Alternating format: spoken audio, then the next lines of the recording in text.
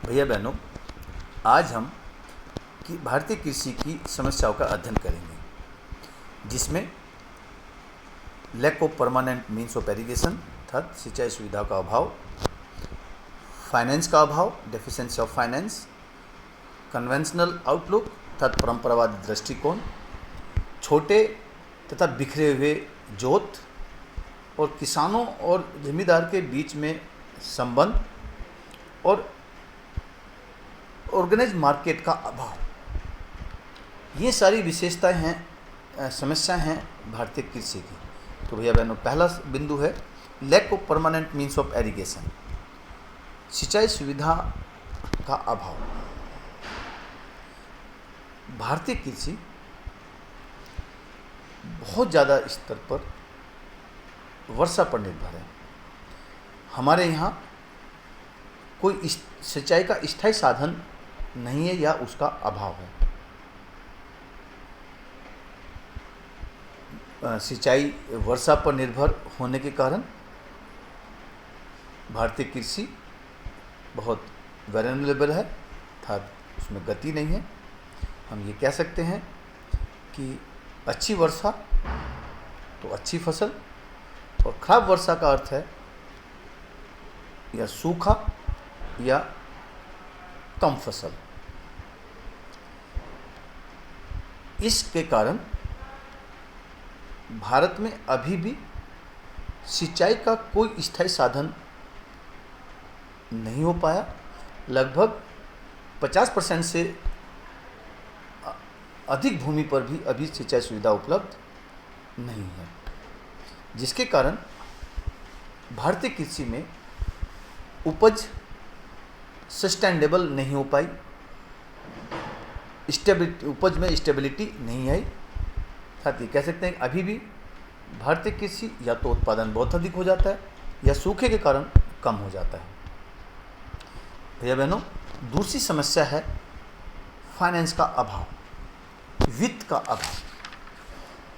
भैया बहनों, भारतीय कृषि में जो किसान काम करते हैं वो वित्त का अभाव फेस करते हैं, सामना करते हैं। भारतीय किसानों के फाइनेंस की बहुत सारी नीड या बहुत से किसान नॉन इंस्टीट्यूशनल सोर्सेज पर निर्भर करते हैं। नॉन इंस्टीट्यूशनल गैर संवैधानिक, जैसे महाजन, मनी लेंडर्स एंड लैंडलॉर्ड्स, जो किसानों से बहुत हाई रेट इंटरेस्ट चार्ज करते थे।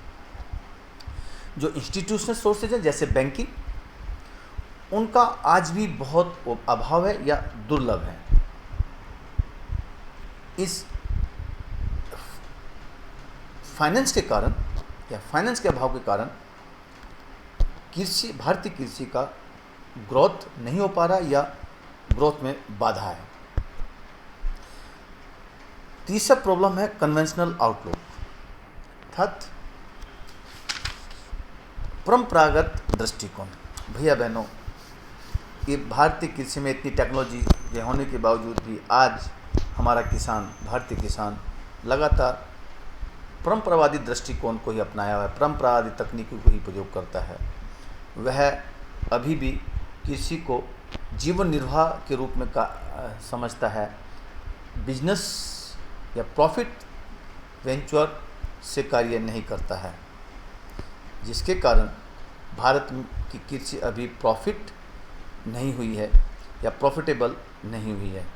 हमारा भारतीय किसान लगातार फूड सिक्योरिटीज़ पर ध्यान देता है, खाद्य सुरक्षा पर ध्यान देता है, न कि अधिक प्रॉफिट कमाना हो, जिसके कारण आज भी हमारी कृषि पिछड़ी हुई है। अगली समस्या भैया बहनों, स्मॉल एंड स्कैटर्ड होल्डिंग अर्थात छोटे और बिखरे जोत भैया बहनों वो होता है जिस खेत पर किसान काम करता है। भारत में जो किसानों के जो खेत हैं, जोत हैं, वो बहुत छोटे और बिखरे हुए भी। बिखरे होने का मतलब होता है कि जो एक जगह नहीं, खेत एक जगह नहीं है, अलग अलग स्पेस पर हैं, जिसके लिए उसको बहुत सारा मेंटेनेंस पे खर्च करना पड़ता है। टेक्नोलॉजी जो हमारी नई तकनीकी है वो यूज़ नहीं हो पाती। इसके कारण स्कैटर्ड एंड स्मॉल होने के कारण जो मैनेजमेंट है उसका कॉस्ट ज़्यादा आता है और नई तकनीकी का प्रयोग नहीं होता, जिसके कारण हमारी कृषि आज भी पिछड़ी हुई है। नेक्स्ट बिंदु, एक्सप्लोइटिव एग्रियन रिलेशन, अर्थात किसान और जमींदार का संबंध, ये कह सकते हैं, या हम ये कह सकते हैं शोषक कृषक संबंध। भैया बहनों, इसका अर्थ है कि किसान के मालिक और किसान के जोतने वाले, किसान खेती के जोतने वालों के बीच संबंध। भैया बहनों, मोस्टली लैंडलॉर्ड खेती में कार्य नहीं करते हैं, एब्सेंट रहते हैं, परंतु किसानों से ज़्यादा से अपनी इनकम को बढ़ाने के लिए ज़्यादा से ज़्यादा इनकम वसूल करना चाहते हैं। इस कारण से वे लैंडलॉर्ड किसान जो वास्तव में खेत जोतता है उसको शोषण करने का प्रयास करते हैं। शोषण किस रूप में होता है? हाई रेंट के रूप में किसानों से ज़्यादा लगान वसूल करते हैं, जिसके कारण किसानों के पास में खेती में विकास करने के लिए पैसा नहीं बचता और या बहुत कम बचता है, जिसके कारण कृषि में इन्वेस्टमेंट नहीं हो पाता और उसका विकास नहीं हो पाता। और लास्ट सबसे बड़ी समस्या होती है lack of organised marketing system, व्यवस्थित विपणन प्रणाली का अभाव। अर्थात अगर पहले तो किसान सब्सटेंसिंग फार्मिंग करता है, जीवन निर्वाह खेती करता है, और उसके बाद अगर सरप्लस बच भी जाता है तो उसको सिस्टेमेटिक बेचने का कोई साधन नहीं है। और यही एक कारण है कि भारतीय कृषि प्रॉफिटेबल नहीं होती। अगर किसान जो उत्पादन करे और उसके पास सरप्लस है, उसको बेचने का सही तरीका हो तो किसान प्रॉफिट मोटिव भी खेती कर सकता है, परंतु उसको पहले ही देख लेता है कि मेरा सरप्लस जो होगा वो मार्केट में नहीं बिक पाएगा, तो इसलिए से उसका जो दृष्टिकोण है वह नहीं बदलता। तो इसी कारण से किसानों के पास में जो थोड़ा सरप्लस बचता है, छोटे किसानों के पास जो सरप्लस बचता है, उसको बेचने के लिए भारत में कोई वैधानिक या सिस्टेमेटिक मार्केट नहीं है।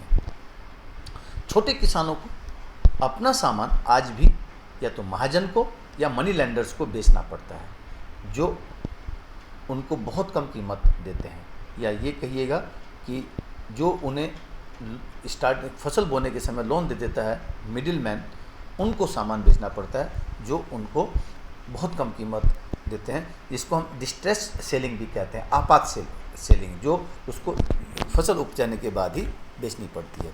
धन्यवाद।